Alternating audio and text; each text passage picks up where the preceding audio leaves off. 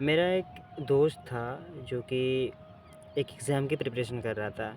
वो usually time table बनाता था, स्ट्रैटेजी बनाता था एग्ज़ाम के लिए के पॉइंट ऑफ व्यू से, बट कुछ दिन फ़ॉलो करता था लाइक 1 डे 2 डे, और फिर वो कंटिन्यूअसली उस पे टिक ही नहीं पाता था। एंड वो उस एग्ज़ाम को कभी क्रैक नहीं कर पाया। तुम भी अगर ऐसे सोचते हो या फिर करते हो, लाइक तुम्हारा कोई एग्ज़ाम चल रहा है पर तुम स्ट्रैटेजी बनाते हो, प्लानिंग करते हो, और उस प्लानिंग पर तुम टिक नहीं पाते, 2-4 दिन से ज़्यादा टिक नहीं पाते, तुम गिर जाते हो, धराशायी हो जाते हो उस एग्ज़ाम के प्रेशर में रह के।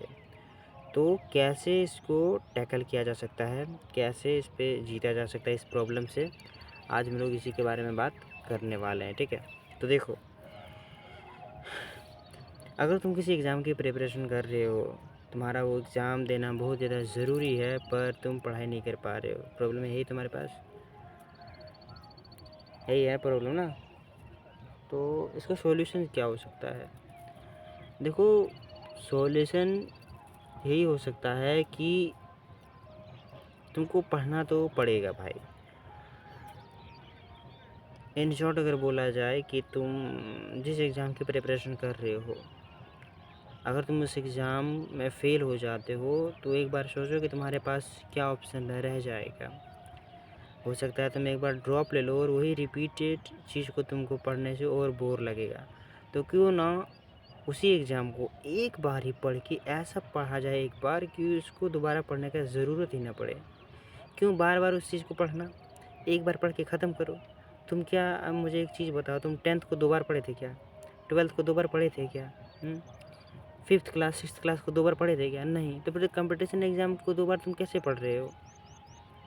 भाई एक ही बार ऐसा पढ़ो ना कि दोबारा पढ़ने का ज़रूरत ही ना पड़े। एक ही बार ऐसा पढ़ लो, इसी एक ही बार इतनी मेहनत कर दो कि दोबारा मेहनत करने का ज़रूरत ही ना पड़े। अब मेहनत करना कैसे है? देखो, तुम सोचोगे कि मैं डिसिप्लिन में रह के कर लूँगा या फिर टाइम टेबल बना के कर लूँगा, भाई वो तुमसे नहीं होगा, होगा ही नहीं। मान लो कि तुमको बहुत एक लंबा चैप्टर तुमको पढ़ना है, तुम स्ट्रैटेजी बनाते हो पर उसे फॉलो नहीं कर पाते हो। तो उसको पता है ब्रेक करो। ब्रेक कैसे करोगे? मान लो कि तुम उस चैप्टर को तुमको ख़त्म करना है, पर तुमको कैसे ख़त्म करना है ये समझो। देखो, मान लो उस चैप्टर में 50 पेजेस हैं, ठीक है? और तुमको ख़त्म करना है उसको जल्दी से जल्दी। तो उसको आवर्स में पढ़ो ना। मान लो कि 1 घंटा पढ़ लिए, जस्ट उसके बाद थोड़ा-सा ब्रेक ले लो, फिर 1 घंटा पढ़ लो, फिर थोड़ा-सा ब्रेक ले लो, फिर 1 घंटा पढ़ लो, फिर थोड़ा-सा ब्रेक ले लो।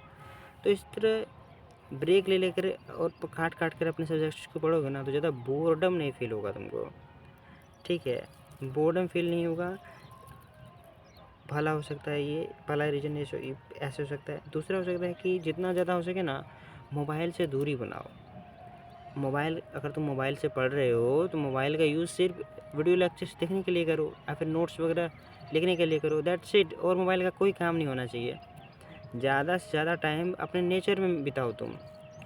नेचर में जितना टाइम बिता सकते हो, उतना टाइम तुम नेचर में बिताओ, मोबाइल की स्क्रीन पर नहीं।